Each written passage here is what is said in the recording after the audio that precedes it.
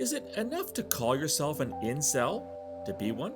Hi, this is Phil Gurski, President and CEO of Borealis Threat and Risk Consulting, and you're listening to Quick Hits, short podcasts about matters related to national security and public safety.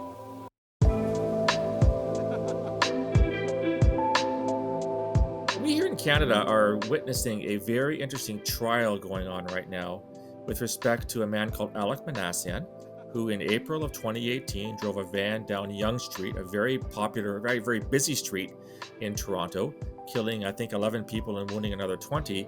And when he was arrested, he claimed to be an incel, an involuntary celibate.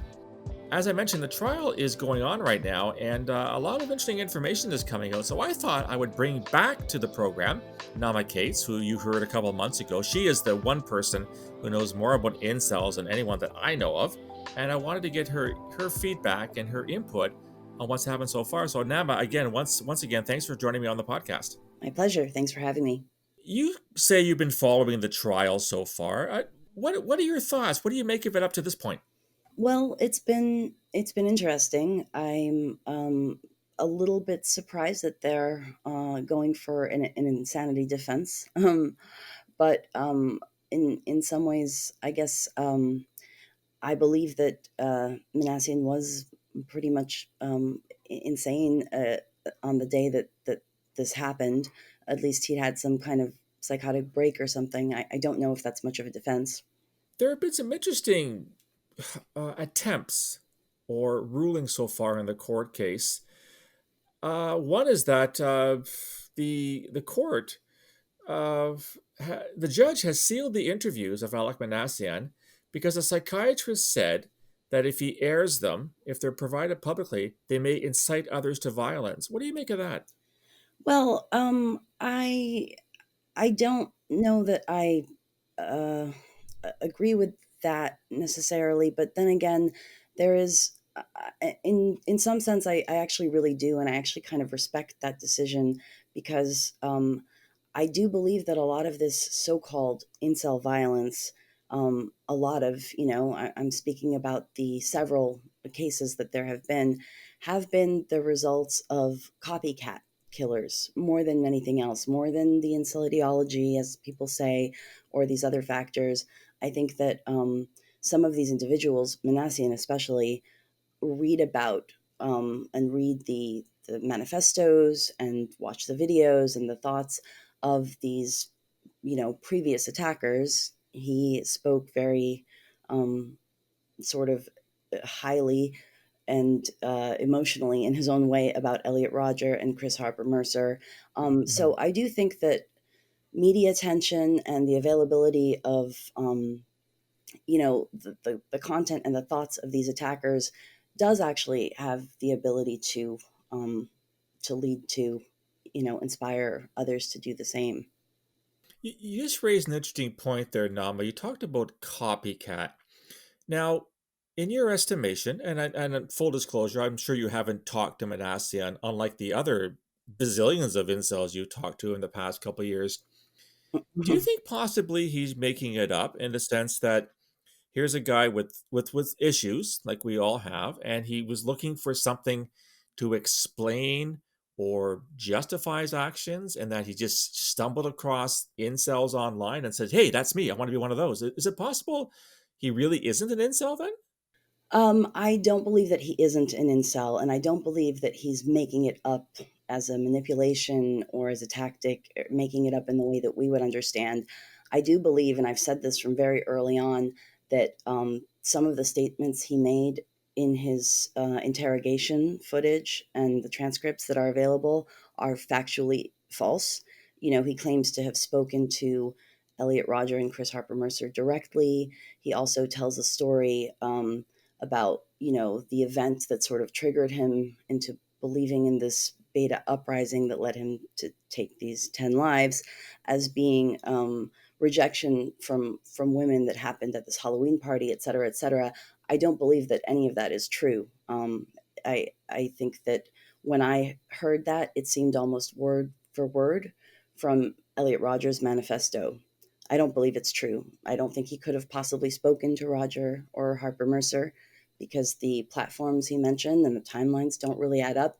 But I don't believe that he's making it up consciously as a diversion. I believe that he actually really believes this. I feel like he's identified so Which, much with them, with these two, that he's come to take this on, at least at the time, that he believed that this was true about himself. but it strikes me now, but this is a very fine line between somebody who decided that he liked or was inspired by Mercer and Roger, and as I said, maybe the word "use" is the wrong term here, but he's framing how he feels through this particular way of thinking. The incel subculture, right, which has been called. But is it not possible that all his problems with females notwithstanding, that he's not really an incel? Or you seem to believe he still is, though. Well, I believe that maybe the definition is the question here, because as many incels will tell you, being an incel, you don't even have to be aware of the term, or you don't even have to identify yourself as one to be one. It just means someone who is, incapable of having relationships with women. I do believe he falls under that category.